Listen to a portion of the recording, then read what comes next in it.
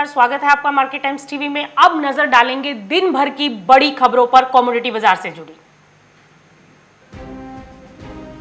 खाद्य तेलों के आयात से जुड़ी बड़ी खबर, सरकार कर सकती है आयात पर विचार।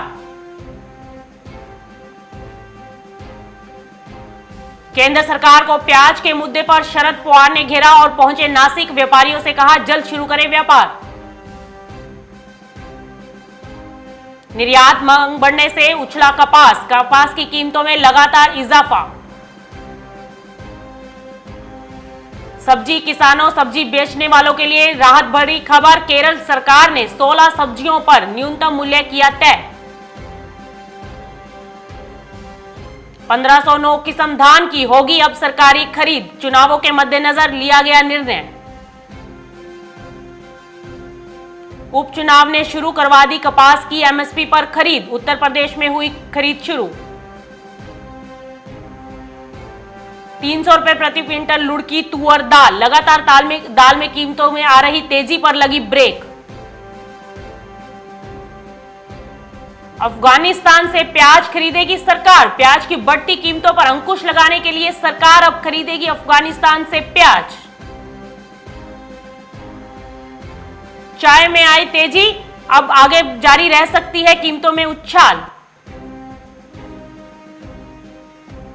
धान, मक्का, गेहूं का 25% कम मिल रहा दाम किसानों को, किसान हुए खासा नाराज। अब बात करेंगे खबरों की विस्तार से। आपको बता दें आज कमोडिटी बाजार में जो बड़ी हैपनिंग्स हुई हैं, खाद्य तेलों को लेकर आयात से जुड़ी एक बड़ी खबर निकल कर आई है। बीते कुछ दिनों से खाद्य तेलों में आ रही एक तरफा तेजी और बढ़ती तिलहन फसलों की कीमतों ने केंद्र सरकार के कान खड़े कर दिए हैं और सरकार हरकत में आ गई है। जी हां, सरसों तेल, सोयाबीन, रिफाइंड सोया और दूसरे तिलहन फसलों की कीमतों में बीते दिनों जबरदस्त आई तेजी के बाद केंद्र सरकार हरकत में आती दिखाई दी है। मार्केट टाइम्स को मिली जानकारी के मुताबिक सरकार आयातित तेल पर आयात शुल्क को कम करने जा रही है और दूसरी सबसे बड़ी खबर यह है कि ग्रुप ऑफ मिनिस्टर्स ने तेलों और दूसरे जरूरी रोजमर्रा की वस्तुओं पर कीमतें काबू में करने के लिए कदम उठाने के निर्देश दे दिए हैं। इसके लिए सरकार कई विकल्पों पर विचार कर रही है। तेलों की कीमतें पिछले साल के मुकाबले थोक बाजार में 30 से 40% तो खुदरा बाजार में 50 से 60% तेज हो गई हैं। सरसों के तेल के भाव 90 रुपए से उछलकर 160 रुपए प्रति किलो जा पहुंचे हैं। दरअसल बीते साल सरकार ने पाम ऑयल के आयात पर रोक लगा दी थी, जिससे इस साल पाम ऑयल का आयात 14% गिरा है, जिसका असर घरेलू तेलों के भाव पर साफ दिखाई दे रहा है। मार्केट टाइम्स को मिली जानकारी के मुताबिक तेलों की बढ़ती हुई कीमतों पर लगाम लगाने के लिए सरकार 3 से 4 विकल्पों पर विचार कर रही है। पहले विकल्प के तहत एसटीसी और एमएमटीसी के जरिए तेलों का आयात करने पर विचार चल रहा है। वहीं एसटीसी और एमएमटीसी के लिए इंपोर्ट ड्यूटी कम की जा सकती है। सरकार टैरिफ को कुछ वक्त के लिए फ्रीज भी कर सकती है। आपको बता दें कि सरकार हर 15 दिनों बाद टैरिफ की समीक्षा करती है। वहीं केंद्र सरकार को प्याज के मुद्दे पर शरद पवार ने घेरा है। जैसा कि देश में प्याज को लेकर अब राजनीति गर्म हो चुकी है, ऐसे में केंद्र सरकार के प्याज की कीमत को लेकर उठाए गए कदमों से नासिक के कारोबारी खासे नाराज हुए हैं और नासिक कारोबारियों ने प्याज की बोली नहीं करने का मन बनाया है। बीते 2 दिनों से नासिक में प्याज की बोली नहीं होने और किसानों का प्याज नहीं बिकने के चलते कारोबारियों और किसानों के बीच तनाव बढ़ने लगा है, जिसके चलते बुधवार को एनसीपी प्रमुख शरद पवार नासिक पहुंचे और कारोबारी और किसानों से मुलाकात की। शरद पवार ने किसानों और कारोबारियों से बातचीत में प्याज मुद्दे पर केंद्र सरकार को घेरा और खरी खोटी सुनाई। शरद पवार ने कहा कि प्याज के मसले पर राज्य सरकार को नहीं बल्कि केंद्र सरकार को दखल देने और उस पर ध्यान देने की जरूरत है। उन्होंने ये भी कहा कि प्याज की कीमतों में लगातार उतार चढ़ाव चिंता का विषय था और केंद्र के पास प्याज के आयात और निर्यात करने के सभी अधिकार थे। आपको बता दें कि शरद पवार ने यह भी कहा कि केंद्र सरकार की विरोधाभासी नीति के कारण प्याज में कड़वाहट पैदा हो गई है। इस बीच शरद पवार ने प्याज व्यापारियों से भी नीलामी शुरू करने की अपील की। शरद पवार ने नासिक जाते ही किसानों और प्याज कारोबारियों के बीच बैठकों का दौर भी शुरू हो गया। नासिक दौरे पर शरद पवार ने कहा, ऐसा नहीं हो सकता कि प्याज का मुद्दा हो और नासिक दिक्कत में हो और वो नासिक नहीं आए। नासिक का प्याज अंतर्राष्ट्रीय बाजार में खास जगह रखता है। यूं तो राजस्थान और गुजरात में भी प्याज होता है, लेकिन नासिक का प्याज पहले स्थान पर है। प्याज की कीमतों में लगातार उतार चढ़ाव जारी है, जो एक मुश्किल सवाल है। इसे केंद्र सरकार द्वारा संबोधित करने की आवश्यकता है, न कि राज्य सरकार द्वारा। पवार ने साफ कहा कि प्याज को लेकर राज्य सरकार से बहुत अधिक उम्मीद ना करें, क्योंकि राज्य सरकार के पास कोई अधिकार ही नहीं है। निर्यात और आयात से राज्य सरकार का कोई लेना देना नहीं, ये सभी अधिकार केंद्र के हैं। आगे बोलते हुए शरद पवार ने यह भी कहा कि प्याज का व्यापार जारी रहना चाहिए। वास्तव में व्यापारी भाइयों को यह निर्णय लेना चाहिए, बाजार को बंद करने पर पुनर्विचार करने की जरूरत। बाजार को चालू रखें, हम समस्याओं को एक साथ हल करेंगे। ये सच है कि आप मुसीबत में हैं, लेकिन मुझे नहीं लगता कि आपको यह महसूस करना चाहिए कि उत्पादकों को पीड़ित होना चाहिए, क्योंकि आप पीड़ित हैं, इसलिए पुनर्विचार करें। शरद पवार ने कहा कि मैं इस संबंध में केंद्र सरकार के संबंधित प्रतिनिधियों से भी मिलूंगा। लेन देन को सुचारू बनाने के लिए केंद्र को पहल करने की जरूरत है। शरद पवार ने केंद्र सरकार पर तंज कसते हुए ये भी कहा कि जब प्याज की कीमत बढ़ती है तो लासल गांव में छापा मारा जाता है। आयकर विभाग लासल गांव को बहुत पसंद करता है। मैं इस बारे में भी उनसे बात करूंगा।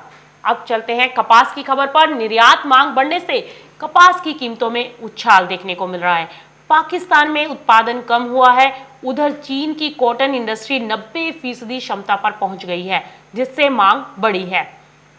कपड़ों की मांग में भी रिकवरी से भी कॉटन में तेजी देखने को मिल रही है। अप्रैल के निचले स्तर से आईसीए कॉटन 46% ऊपर दिखाई दे रहा है।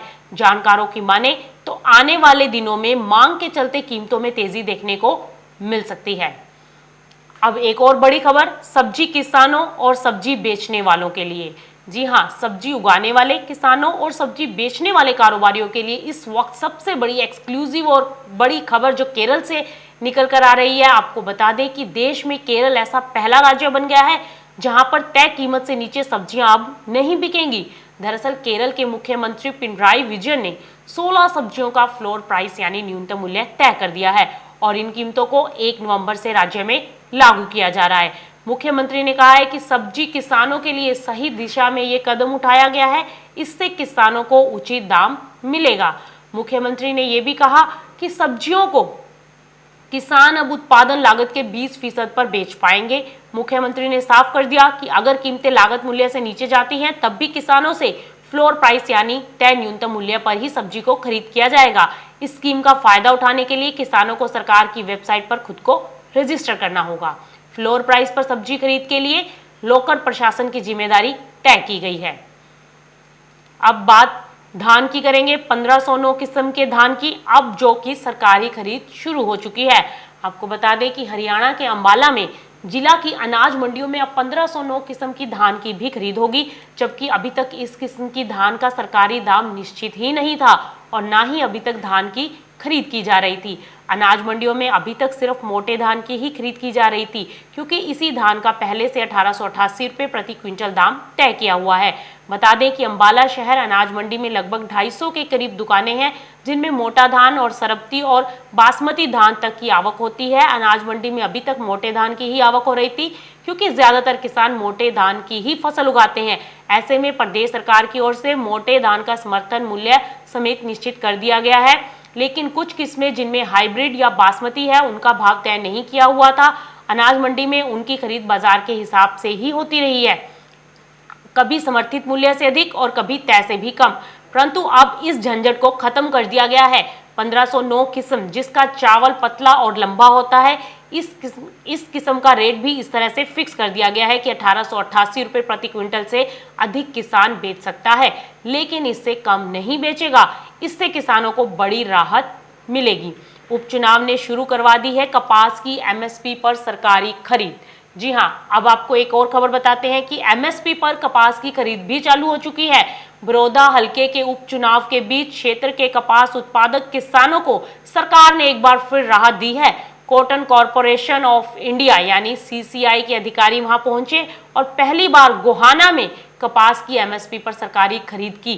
कपास की सरकारी खरीद शुरू होने से पहले किसानों को न्यूनतम समर्थन मूल्य से कम भाव पर फसल बेचने पर मजबूर होना पड़ रहा था। अब कपास की एमएसपी पर खरीद होने पर किसान काफी खुश नजर आ रहे हैं। क्षेत्र के काफी किसान कपास की फसल उगाते हैं। सरकार द्वारा मेरा पानी मेरी विरासत योजना शुरू करने के बाद क्षेत्र के किसानों का कपास उगाने में और अधिक रुझान बढ़ा है। गोहाना की नई अनाज मंडी में कपास की सरकारी खरीद नहीं होती थी। इस समय बड़ौदा हलके में उपचुनाव है और हलके के गांव के किसान गोहाना की मंडी में कपास लेकर पहुंच रहे हैं। अब तक किसानों के करीब 35,000 क्विंटल कपास बिक चुकी है। विभिन्न दलों के नेता बड़ौदा उपचुनाव में फसलें एमएसपी पर नहीं खरीदे जाने पर मुद्दा बना रहे थे। किसान भी आंदोलन कर रहे थे, लेकिन अब उस पर पुनर्विराम लगता हुआ दिखाई दे रहा है। अब अगली खबर पर रुख करेंगे दालों को लेकर। जी हां, 300 रुपए प्रति क्विंटल तक तुअर दाल लुढ़क चुकी है। दरअसल केंद्र सरकार द्वारा तुअर आयात की अवधि बढ़ाने के बाद मंगलवार को तुअर के दाम में करीब 300 रुपए प्रति क्विंटल की गिरावट देखने को मिल रही है। वहीं बुधवार को यानी कि आज भी बाजारों में गिरावट दर्ज की गई। वाणिज्य एवं उद्योग मंत्रालय के तहत आने वाले विदेश व्यापार निदेशालय यानी डीजीएफटी द्वारा 26 अक्टूबर को जारी एक अधिसूचना के अनुसार तुअर आयात की अवधि बढ़ाकर 31 दिसंबर 2020 तक कर दी गई है। बाजार सूत्रों से मिली जानकारी के मुताबिक महाराष्ट्र की अकोला मंडी में देसी तुअर का भाव 300 रुपए घटकर 7,050 रुपए प्रति क्विंटल पर आ गया। तुअर का भाव बीते 15 दिनों में करीब 2300 रुपए प्रति क्विंटल गिर चुका है। तुअर आयात की समय सीमा बढ़ाकर 31 दिसंबर किए जाने से आने वाले दिनों में तुअर की उपलब्धता बढ़ने की उम्मीदों से भाव में गिरावट आई है। तुअर के दाम में गिरावट का असर आने वाले दिनों में तुअर दाल के अलावा अन्य दालों पर भी देखने को मिलेगा। आपको बता दें कि देसी तुअर का भाव 9300 रुपए प्रति क्विंटल तक चला गया था, जो कि अब घटकर 7,000 और 7,050 रुपए प्रति क्विंटल के बीच देखने को मिल रहा है। रुक करेंगे अगली खबर का। अफगानिस्तान से अब सरकार प्याज खरीदती नजर आएगी। जी हां, आम आदमी को राहत देने के लिए केंद्र सरकार ने बड़ा फैसला लिया है। आजकल बढ़ते प्याज के रेट्स को आम जनता काफी परेशान है। इस समस्या को देखते हुए सरकार ने 1 लाख टन प्याज इंपोर्ट करने का फैसला किया है। सरकार के इस कदम से प्याज की ऊंची कीमतों से आमजन को राहत मिलेगी। बता दें कि ये प्याज अफगानिस्तान से खरीदा जाएगा। सरकार के ऐलान के मुताबिक हर दिन देश में 4,000 टन प्याज भारत आएगा। मिली जानकारी के मुताबिक प्याज की कीमत कम करने के लिए सरकार ने प्याज इंपोर्ट का फैसला किया है और भारत अफगानिस्तान से 1 लाख टन प्याज इंपोर्ट करेगा। प्रतिदिन 4,000 टन प्याज भारत आएगा। सरकार ने प्याज के आयात का फैसला इसलिए भी लिया क्योंकि सरकार के पास प्याज का महज 25,000 टन का सुरक्षित भंडार ही बचा हुआ है और ऐसा माना जा रहा है कि नवंबर के पहले हफ्ते तक ये प्याज खत्म हो सकता है। फिलहाल इस समय देश में प्याज की खुदरा कीमत लगभग 75 रुपए से 80 रुपए किलो के पास है। ऐसे में कीमतों पर नियंत्रण रखने और मांग को पूरा करने के लिए सरकार ने प्याज इंपोर्ट करने का अहम फैसला लिया है। रुक करेंगे अगली खबर की तरफ। चाय में लगातार तेजी देखने को मिल रही है। जी हां, चाय की कीमत बढ़ती हुई नजर आ रही है। खबर ये है कि कोरोना और इससे बचाव के लिए लगाए गए लॉकडाउन का असर अब चाय के प्याले पर पड़ा है। उत्पादन घटने से चाय पत्ती के दाम बढ़ रहे हैं। रही सही कसर भारी बारिश ने पूरी कर दी है। कुल मिलाकर देश में इस साल चाय का उत्पादन कम होने से इसकी कीमतों में बढ़ोतरी हुई है। जनवरी से सितंबर 2020 तक चाय नीलामी के औसत मूल्य में जनवरी से सितंबर 2019 की तुलना में 31% की बढ़ोतरी हुई है। इसके चलते पैकेट बंद कंपनियों ने भी कीमतों में 20 से 22% तक की बढ़ोतरी कर दी है। कोलकाता स्थित भारतीय चाय बोर्ड के ताजा आंकड़ों के मुताबिक इस साल जनवरी सितंबर 2020 के दौरान 3 तिमाहियों में भारतीय नीलामी में चाय की औसत कीमत 44.03 रुपए बढ़कर 185 रुपए 76 पैसे प्रति किलो हो गई है, जबकि पिछले साल 141 रुपए 73 पैसे प्रति किलोग्राम थी। अब चाय की कीमतों में जबरदस्त इजाफा आगे भी देखने को मिल सकता है। रुक करेंगे अगली खबर की तरफ। धान, मक्का, गेहूं का 25% कम मिल रहा है किसानों को दाम। उत्तर प्रदेश के आगरा में रबी और खरीफ दोनों ही फसलों में इस बार किसानों को झटका लगा है। धान, मक्का और गेहूं का 25% कम दाम किसानों को मिल रहा है। सरकारी क्रय केंद्रों पर नियमों के फेर में उलझकर अन्नदाता अपनी उपज नहीं बेच पा रहे। वर्तमान में धान की फसल की कटाई का काम जिले में जोरों पर है। 65,000 हेक्टेयर क्षेत्रफल में धान की बुआई होने से पैदावार भी अधिक होती है। इस बार 1,000 रुपए से लेकर 1,500 रुपए प्रति क्विंटल में धान बिकता हुआ दिखाई दे रहा है। बीते वर्ष धान 2,000 रुपए प्रति क्विंटल बिका था। मक्का भी 1,000 रुपए प्रति क्विंटल से 1,200 रुपए प्रति क्विंटल पर बिक रही है, जबकि बीते साल मक्का भी 1,500 रुपए प्रति क्विंटल बिकी थी। दोनों ही फसलों में किसानों को नुकसान उठाना पड़ रहा है। रबी की फसल का भी बुरा हाल है। बीते वर्ष अक्टूबर में जहां गेहूं की कीमत 1,900 रुपए प्रति क्विंटल मिल रही थी, इस बार कीमत 1,500 रुपए प्रति क्विंटल पर आ गई है। रुकते हैं यहाँ पर एक छोटे से कमर्शियल ब्रेक के लिए। ब्रेक के बाद जल्द हासिल होंगे और खबरों का सिलसिला मार्केट टाइम्स टीवी पर यूं ही जारी है।